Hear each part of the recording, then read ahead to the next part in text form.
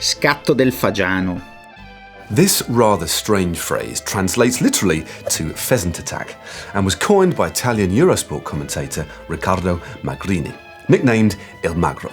It was used to describe a gradual creeping sort of attack, usually detailed as more of a stealth move. I must admit, I like Scatto del Fagiano a little bit more. So, after the beep, say Scatto del Fagiano.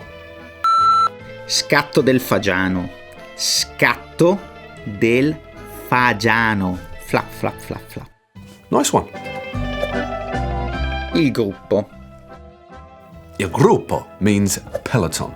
So when you hear gruppo compatto, you'll know that the bunch is all together, or the breakaway has been reeled back in. So try this after me. Gruppo. Il gruppo. Il gruppo. Oof, you're getting better. Scattare in faccia.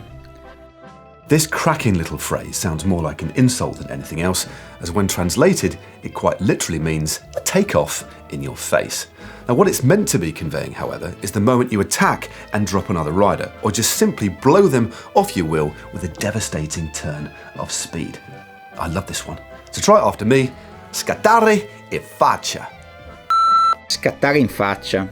Scattare in faccia. Brilliant. Ventaglio. Have a guess at this one. Vent? Wind? What happens when the wind cuts through the peloton and it fragments into groups? Yep, you get echelons. And ventaglio is essentially the Italian for that French word. So, again, after me, ventaglio. Ventaglio. Ventaglio. Gli. Very, very good. I fugitivi o la fuga.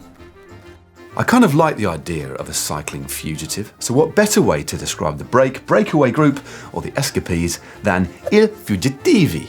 Romantic Italian in full flow, if you ask me. So try it after me, i fugitivi. I fugitivi o la fuga. Fuggitivi. Fuga. You are getting good. Punta di sella. This phrase means quite simply tip of the saddle, used to describe a rider on the limit, pushed right forward on the saddle. Now the English version would be on the rivet, as in the rivet at the end of the saddle. So, after me, punta di sella. Punta di sella. Punta di sella. Nice one. SALI-SCENDI. This couplet is used to describe the undulating nature of hilly roads, and quite literally means rising and falling. Now strangely, mangiare e bevi is also used to describe the same thing. Mangiare e bevi, well that means eating and drinking. So say after me, sali-scendi. SALI-SCENDI. SALI-SCENDI. Nice one. Crisi. Crisi in Italian means crisis, and what more of a crisis can there be, aside from crashing or needing an urgent toilet stop at the side of the road without toilet paper, than the dreaded bonk. Hear this word and weep. Crisi. Crisi. Crisi. Very, very good. Succhia ruota. Succhia ruota simply means wheel sucker and needs no further explanation.